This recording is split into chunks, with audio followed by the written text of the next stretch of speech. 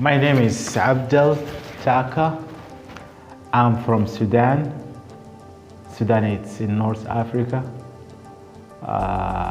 It's a country next to Egypt, below to Egypt, where the River Nile is. And especially in a region, it's called Darfur region, which is in the west of Sudan. And as you see here, Sudan is right here. My region is going to be in the west side of Sudan, which is neighbors with Chad and Libya in the north. That's where I am.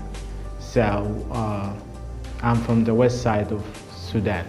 That's a lot of difficulties that I faced when I came first in the United States of America. You just imagine from far away from Sudan to United States of America, that's a long distance, and there is a lot of differences from the cultures that I was raised there and when I came here. But first, the thing that was very hard for me and difficult, it's language. Because when I came here, my language was very poor. Really, I don't understand anything. I see the TV, but I don't understand. And I walk on the street, I don't understand what the people talking about. So that was, for me, it's very challenging.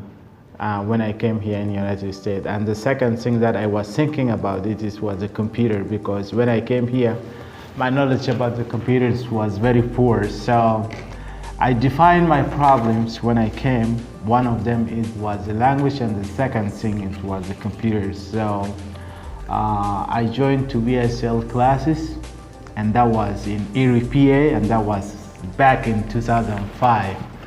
So I started to study English, and after 6 months I was able to order my food and go to the store to pick what I want, and I can communicate easily. At the same time, I went to school to the computer, and I was doing the Microsoft, which is the program, the PowerPoint and the Word and Excel. So I start to understand or to pick up a little bit from the language of the computer. But that took me like 3 or 4 years to overcome these difficulties. The other thing is that culturally it's very different from here to where I came from, because the perception of the people there is culturally is different than what we got here in America. So that's the barriers that I have with them, but you cannot see it, but really it's something that you can just imagine that how it's going to be difficult. The reason that I came to the United States, I didn't mention it, but one of them is that while there's a crisis in Darfur, I was studying in the University of Cairo in Egypt. And when I finished my school, already everything is damaged in Darfur and in Sudan as general. So there is a program for the resettlement from the United Nations that was available at that time when I graduated 2005, and applied for that, and they accept my case. And that's why I came to the United States of America. So when I came, I settled in Erie, PA. It's the western part of Pennsylvania. And after that, I moved to Philadelphia, and I felt that Erie was a small town for me. And I lived in Cairo like 5 years. So I have a lot of friends here in Philadelphia, so that's why I moved to Philly. It's so difficult here in America, just like to grab your cultures and to imagine, just like to embed that culture to this culture here. And for me, culturally, I belong to 4 languages. It's not Arabic, but I learned Arabic when I went to school.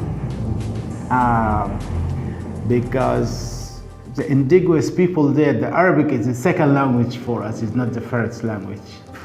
So for me, to give my, by the way, I have a boy and a girl, and boy is 7 years old and a girl is 5 years old. But to let them that to have their culture, that's something that I can add it, I would say is very challenging for me, because what he getting from outside is more than what he getting inside, because he's spending like 8 hours in the school, he's spending in home only with his homework and other stuff like 3 hours. So with me, to give him or transit that culture from myself to them, that's challenging for me. But what I'm planning just like to take them every like 2 months, 2 years, 3 years to go back home, and they can take it from there originally. It's not, and they can compare that with the cultures, the differences that we have, the traditions, and the things that we have from the things that they got it here in America. But I believe the culture that we have among them right now, the dominant one is the American culture than the Sudanese culture.